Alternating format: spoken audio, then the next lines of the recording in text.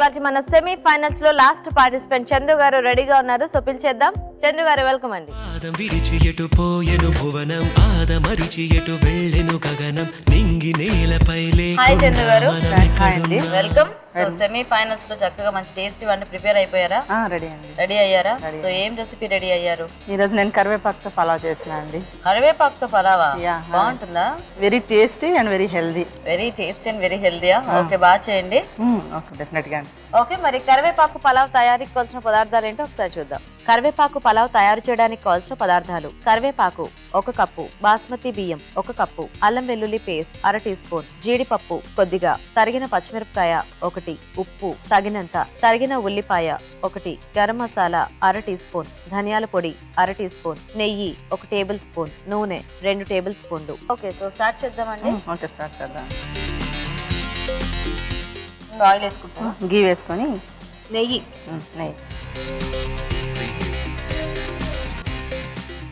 జీడిపప్పు మొత్తం నేతిలో చేసేస్తారండి? లేదండి, జస్ట్ కొంచెం ఓన్లీ జీడిపప్పు కోసం అనేసి నేతిలో వేపడానికి.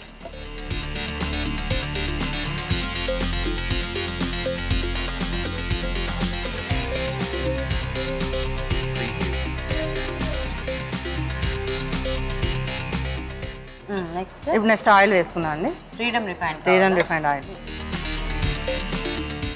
మీరు ఫ్రీడమ్ ఆయిల్ యూజ్ చేస్తారా? అవునండి, ఫ్రీడమ్ అయితే హెల్త్ కి మంచిది కదా అని. కొంచెం నూనెతో ఎక్కువ వంటలు చేసుకోవచ్చు. పర్లేదు, అది ఎక్కువ పడదు. 1 స్పూన్ చాలండి అంతే. 3 లీటర్ జార్ కూడా మార్కెట్ లో రిలీజ్ చేశారు కాబట్టి మనకి కిచెన్ లో యూజ్ చేసుకోవడానికి వీలుగా ఉంటుంది. ఓకే, నెక్స్ట్ కొంచెం కరివేపాకు వేపు తీసుకున్నాను. ఓకే,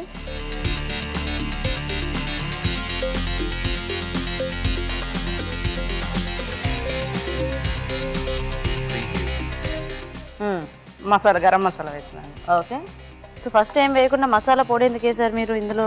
జస్ట్ అంటే పలావ్ టేస్ట్ వస్తుంది కదండి ఇది, అంతేనండి, అంతే. జస్ట్ కొంచెం 1/2 టీ స్పూన్, అవసరం లేదు.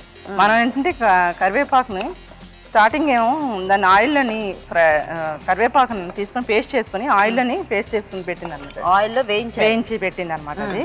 సో ఆయిల్లో వేయించి పెట్టాను అనమాట. ఇది ఒక 1/2 టీ స్పూన్ అల్లం వెల్లుల్లి, 1/2 టీ స్పూన్ కొద్దిగా సరిపోతుందండి. నెక్స్ట్ ఇప్పుడు ఉల్లిపాయలు వేసుకున్నాను.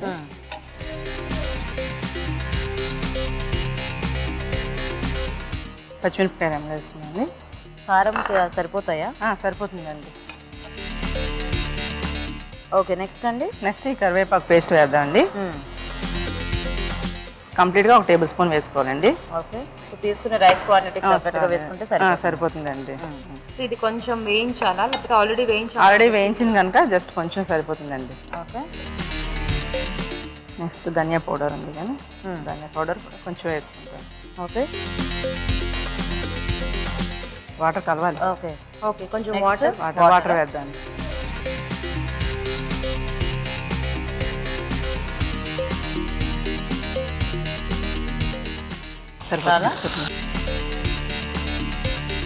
కొద్దిగా వాటర్ లో కూడా వాటర్లోని ఇదంతా ఫస్ట్ మనం బియ్యం వేసేయకూడదు, రైస్ వేసి వేపితేనే అనుకోండి అలా పట్టదు. వాటర్ వేసి ఇదంతా కలపాలండి. కలిపిన తర్వాత అప్పుడు కొంచెం సాల్ట్ వేసుకున్నాం అండి.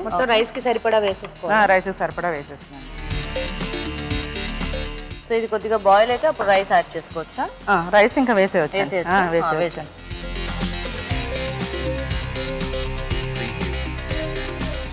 ఇంకా కుక్కర్లో పెట్టేసుకున్నాం. వేసేద్దామా?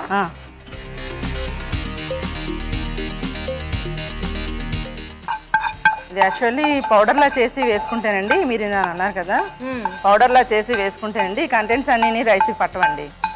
మనం బిర్యానీ ముందు రైస్ వండేసుకొని పౌడర్లా వేసి అలా చేస్తేననుకోండి అలా పట్టదు. చూసారా ఇంత పేస్ట్ పడింది అంటే ఇది మనకి 1 కప్పు ఇది వచ్చిన కరివేపాకు వచ్చింది. అది పిల్లలు కరివేపాకు అంటే కంపల్సరీ డెఫినెట్గా తీసేసే వాడతారు వాళ్ళు. అవును, అది ఒక కరివేపాకు తీసేసింది అనుకున్నాను. ఇంత కరివేపాకు పడుతుందంటే మనకి ఎంత విటమిన్స్ అందులో వస్తున్నాయండి. అవును, కరెక్ట్.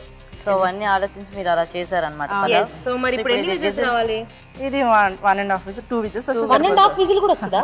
జస్ట్ అంటే ఒకటి వచ్చి ఆరొచ్చి ఆగిపోతుంది. సెకండ్ విజిల్ వచ్చేసే ముందు ఆపేసిన సరే, ఎందుకంటే బాస్మతి బియ్యం కదండి. అట్లా కొట్టారనుకో సగానికి ఆగిపోద్ది అక్కడ. సో మరి పోనీలేదు, 2 విజిల్స్ వస్తే ఆపేద్దాం. ఓకే, 2 విజిల్స్ రావాలి. ఆ లోపు ఒక చిట్కా చూసేద్దాం. ఇప్పుడు మీకోసం మరో చిట్కా. హాయ్. హాయ్, మీ పేరు? సుజాత అంట. సుజాత గారు, చిట్కా చెప్పండి. వంకాయ అరటికాయ ముక్కలు తరిగేటప్పుడు ఆ ముక్కలు నల్లబడకుండా ఉండాలంటే నీళ్ళలో కొంచెం 2 స్పూన్ల పాలు కలపాలి. పాలు కలుపుకుంటే నల్లబడకుండా. నీళ్ళలో కొంచెం పాలు వేసేసుకుని అందులో మనం వంకాయ ముక్కలు అరటికాయ ముక్కలు వేసుకుంటే ఆ ముక్కలు నల్లబడకుండా ఉంటాయంట. ట్రై చేసి చూడండి. నైస్, మంచి టిప్ చెప్పారు. సిఎంఆర్ విశాఖ నుండి మీకు గిఫ్ట్. ఓకే అండి, మరి చిట్కా చూసారు కదా. సో 2 విజిల్స్ వచ్చేసాయి, ఆఫ్ చేసాం కదా. సో ఇప్పుడు ప్రెషర్ అంతా వెళ్ళిపోతే తీసేసుకోవటమేనా? తీసి సర్వ్ చేసుకోవటం. ఓకే, వెయిట్ చేద్దాం. ఓకే, సో చూద్దామా అండి. విజల్ ఓకేనా? విజల్ నేను తీస్తాను. ఓకే, చూడండి.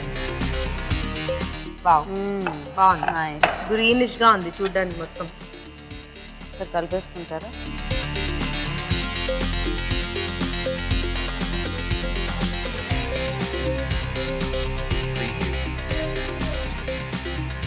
కరివేపాకుతో మనం చేసుకునేటప్పుడు అండి, కరివేపాకు వలన మనకి ఏమైనా టేస్ట్ బాగుండదేమో అని మనం ఇబ్బంది పడతాం కానండి, కానీ ఎటువంటి కూడా ఆ ఫ్లేవర్ మనకి ఎటువంటి ఇబ్బంది కూడా పెట్టదండి. ఓకే, సో పిల్లలు చాలా హ్యాపీగా తింటారండి. ఇది ఇస్తే బాగుంటుంది, చాలా తినేసి అమ్మ చాలా బాగుంది టేస్ట్ అని చెప్పేసి ఎప్పుడు కూడా చేయమంటారండి మనకి. ఇదే ఏంటంటే మనకి ఇది హెల్దీ ఫుడ్ కనుక కంపల్సరీ మనం డెఫినెట్ గా పిల్లలు చేసి పెట్టాలండి ఇది. ఎందుకంటే ఇప్పుడు మనకి అందరికీ చిన్న పిల్లల దగ్గర నుంచి చూస్తున్నాం, అందరికీ స్పెట్సే ఉంటున్నాయి. వాళ్ళు ఇలా కరివేపాకు తినేటప్పుడు వేయించిన జీడిపప్పు, వేయించిన కరివేపాకు పైన వేస్తున్నాండి. సో కొంచెం నెయ్యి వేసుకుని, నెయ్యిలో వేయించుకున్న జీడిపప్పులు వేసుకుని అలాగే ఫ్రై చేసుకున్న కరివేపాకు కూడా వేసుకున్నారు. నెక్స్ట్ కొంచెం గార్నిష్ చేసుకుందాం.